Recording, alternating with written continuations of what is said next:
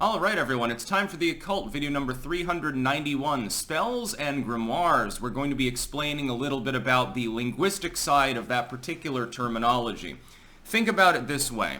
Grimoire is nothing more than an adaptation of the word grammar. They mean basically the same thing. A grimoire is literally a spell book, which ties in, by the way, to the existence of apothecary and receipt books, and later on the modern usage, which is recipe book. Now, we use that term for cookbooks, effectively, but it's for other things too. You'll notice that chemistry and cookery still maintain that linguistic tradition when it's been parsed away from other things generally. To spell literally means to spell like a word, like here's how I spell ass, here's how I spell cat, C-A-T, etc., etc. To cast a spell means nothing more than to utter or write down, depending on what kind of magic you're using, incantation, basically. It's just incantations. It fits in with a long literary and linguistic tradition. Again, grammar book becomes grimoire book.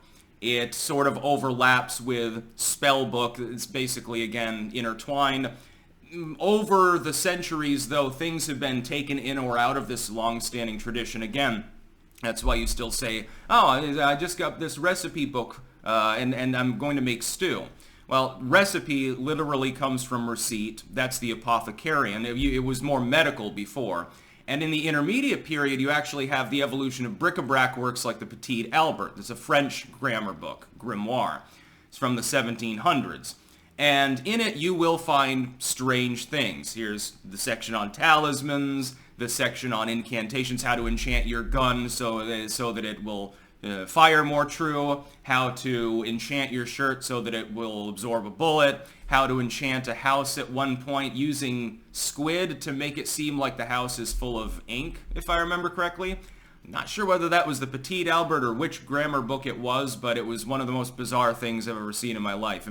Supposedly will make the house appear, like how to make like apparitions appear before you, trapping evil spirits. You've got herb lore, you've got medical lore, things of that nature, tips and tricks, how to make ink, how to make a candle. All of these things basically compile together in these particular works. You also have a series of works called the Little Black Books. That was a Scandinavian tradition mainly, and a family would have like a little black book, like a ledger book, in which it had sort of the family secrets. It would contain recipes, medical knowledge, herb lore. It certainly would have contained other oddities, any sort of like folkish charms that they happen to have, tips and tricks. You know, here's how to get ink out of your suit. Here's how to get blood stains off of the wood on your musket. Stuff like that.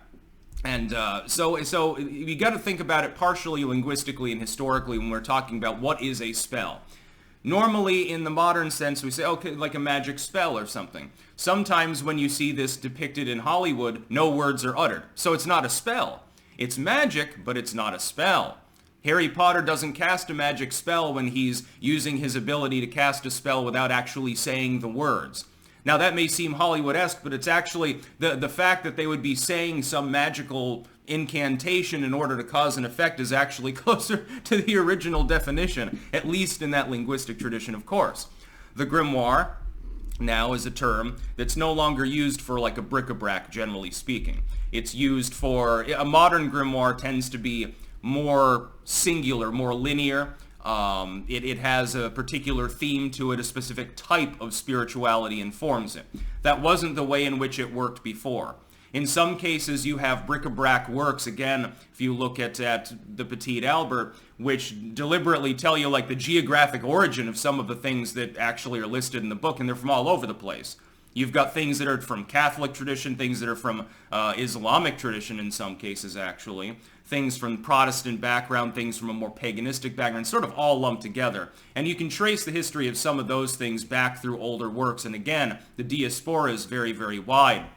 In the 16th and 17th centuries, the notation of a spell or a grammar book tends to be more alchemical, and chemistry, of course, still uses the term recipe. A chemical recipe would still be a modernly used term. It's not archaicized yet, though it might be at some point. Grammar changes all the time, you will see. And it informs the meaning of everything. Our understanding of the world is largely linguistic.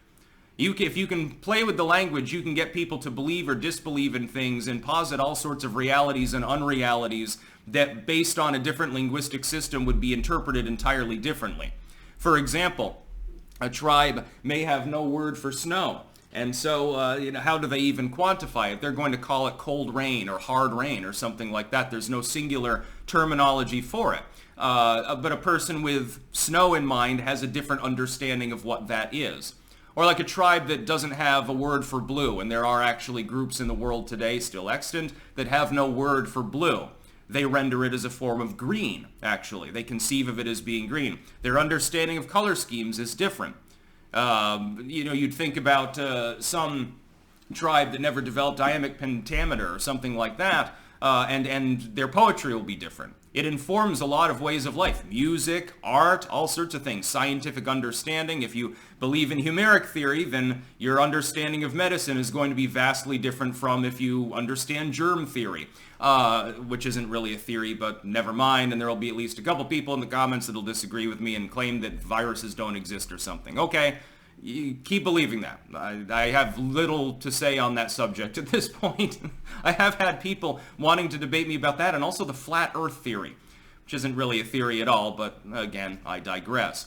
So when we think about the evolution of this literary tradition and of magic itself, the way it's practiced, again, you go from older style like hidden works on chemistry and stuff like that, through a period where it's more everything squished together. Then you get the more mystic sort of works in the 19th century, especially early 20th.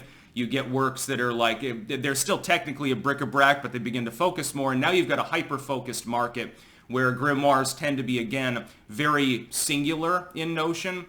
So all of the spells, all of the anything that's in there, some of them don't even have spells, but they're still marketed as grimoires for some reason. Grammar books will have one particular theme in mind, maybe with some sub-themes. The evolution of magic has followed the same course.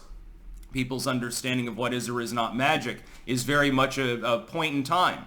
My understanding of what magic is will 200 years from now maybe not be accepted, for example. 200 years ago, it still wouldn't have been accepted.